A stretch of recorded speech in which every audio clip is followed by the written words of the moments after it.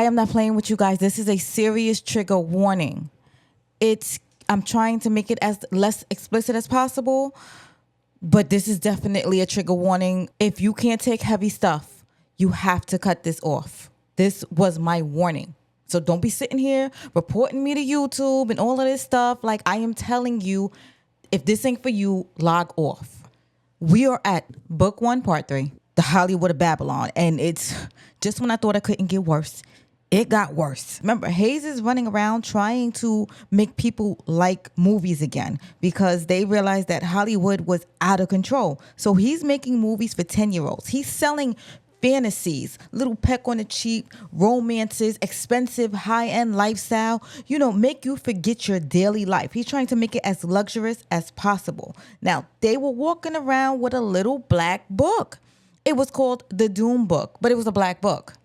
Hence. Now, these are for celebrities that got caught out there being too wild so that the masses don't get upset with Hollywood again. But they're saying that the parties never stopped and it was still wild as ever. However, damn, that is a song. They took the parties to brand new villas and it was draped and it was gated so that reporters could not get up in the action. A lot of people are saying that if you take people that don't have money and then you just give them an obscene amount of money, that this creates this craziness. I don't know about all that. I just think that some people just hide it better than others. All these Hollywood stars, they had ledgers going around Hollywood. They had their own people that would supply them with stuff. They had people getting them their booze, because booze was illegal back then, and all their other stuff. Now, specifically, we're going to narrow in on one of the biggest dealers called the Count. They said he was actually an actor, a famous actor at that. Which reminds me, since his name is the Count, I got to relook at Sesame Street because, I don't think it's a coincidence this dude's name was the Count. I got to look at how dark he might have seemed. Now, it was over for these ladies in Hollywood that were so beautiful. They needed them to have something. One, you'll do a lot of stuff when you have an addiction. And 2, it's easier to control you. I spoke about this before, and this is before I even read the book, that why make you a star if they can't control you?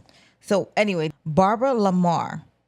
Now, she was so beautiful. She was the headliner. She played in the Three Musketeers. It was a whole bunch of movies, but I remember the Three Musketeers. So I was like, oh my gosh, I'm going to go back and I'm going to look at her. She had many lovers. However, she OD'd. Then you got Alma Rubens. Oh my gosh, this was so sad.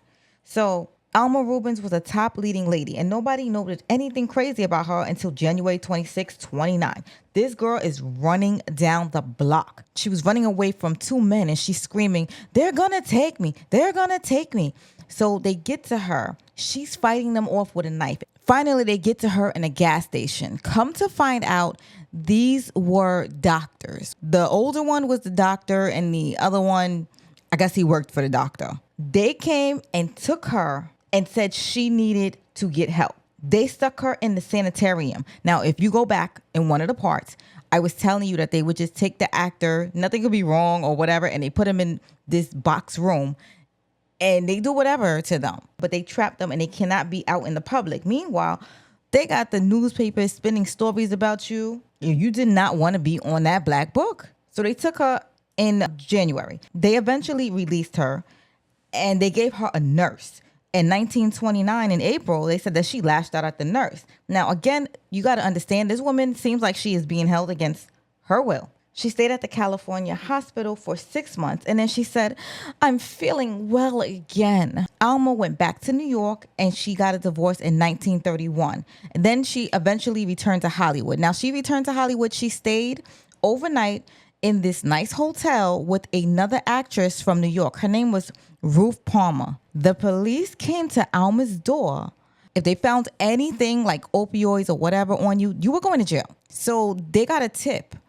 And come to find out, the tip was from Ruth Palmer, the other actress she was staying with in the room. They said that she had rugs with a D sewed up into her skirt. Alma, at the same time, she notices that all her jewelry is missing. So apparently, not only did Ruth sit there and call the cops and snitch on her, she stole all her jewelry. and then left. They took Alma in jail and they said she is so seriously ill. They gave her constant medical care. They released her. They sent her home. When she realized that she might not make it anymore, she called Los Angeles examiners in for her last interview, January 22nd, 1931. She was ready to give a statement, and her statement, now this is going to clarify a lot of things. This is her quote. "I have been miserable for so long. I only went to professional men to seek relief from my pain. Each time they said, 'Take this for pain.' When they first started giving me this horrible poison, I didn't know what it was. I went from one to the other. One even laughed when I told them, 'I'm starting to crave this.' They said, 'Don't be afraid. You will not need any more after you are well.' But they went on and giving me this thing.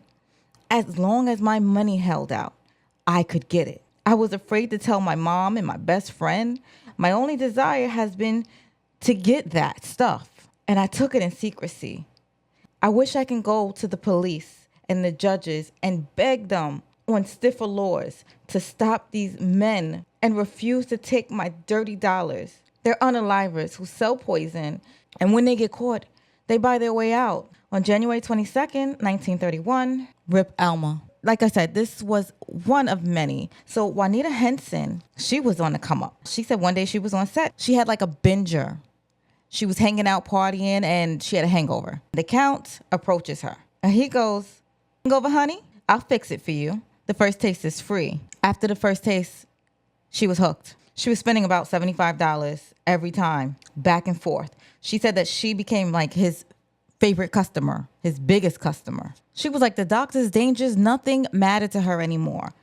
She just craved that situation. Some actresses escaped the Black Book, and Alma was one of them. However, Juanita Henson wasn't fortunate. Her name was found with an Oakland doctor, and it was saying that she received treatment. However, she didn't. They kept her in hold up for 72 hours to see if she was on that stuff.